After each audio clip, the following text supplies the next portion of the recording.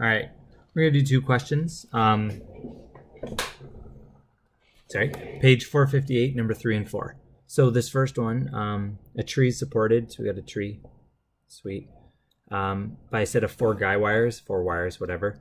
All four of the wires are attached to a point 3 meters from the ground. So like, there's four of them. It doesn't matter. And the distance away from the tree is 3 meters. They're all exactly the same, so we're only going to worry about one of the wires, that one. The guy wires are attached to at a height of 4.5, which means that right here, this height is 4.5. It wants us to find this angle. So this is just a standard draw picture kind of question, because once we have the picture drawn, it's pretty easy. We know it's a 90 degree angle, because it's a tree, it's standing up straight. So now we're able to use our trig ratio.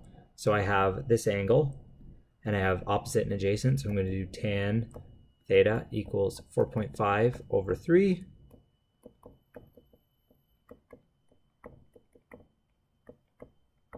And then I just sub in the numbers to find out what the angle is.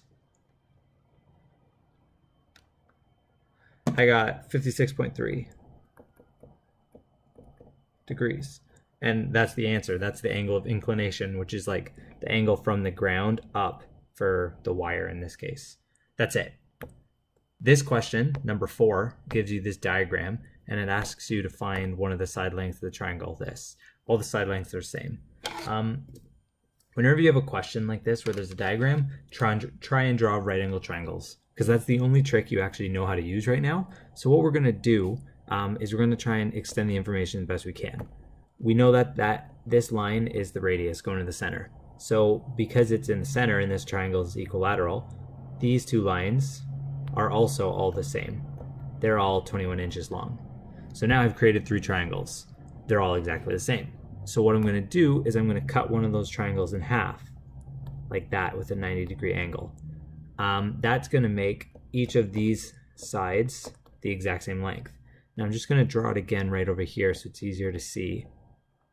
Okay, this is 21, this is 21, because it's the same as the diagram.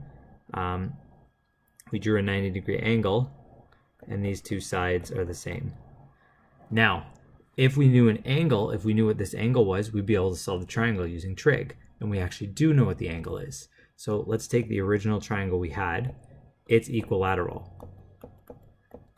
All triangles are 180 degrees inside. Because it's equilateral, all the angles are equal to each other, which means that if they're all x, we can say 3x, like them all added together, is 180, which means that one side is 60 degrees.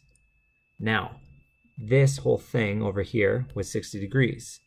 This line we drew, the radius, cuts it in half, which means that this angle in our triangle right here, this one, half of this, is actually 30 degrees. It's half of the 60 that makes up the entire triangle. So we now have the 30 degrees and a side length. So I am going to use, this is hypotenuse and this is adjacent. So I'm going to use cos. So cos 30 degrees equals adjacent over 21. And then adjacent would equal, double check.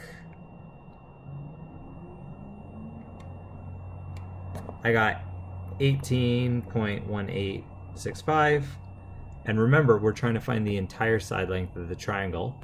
We only found half right now, so we have to multiply it by 2. And I got 36.373. I think the question asked to the nearest tenth of an inch, so 36.4 inches is how long that triangle is along the edge. And that's it. That's how you solve that question. And remember, trying to draw right angle triangles wherever you can is really important, because then we can do stuff like Pythagorean and we can use all our trig ratios. That's it.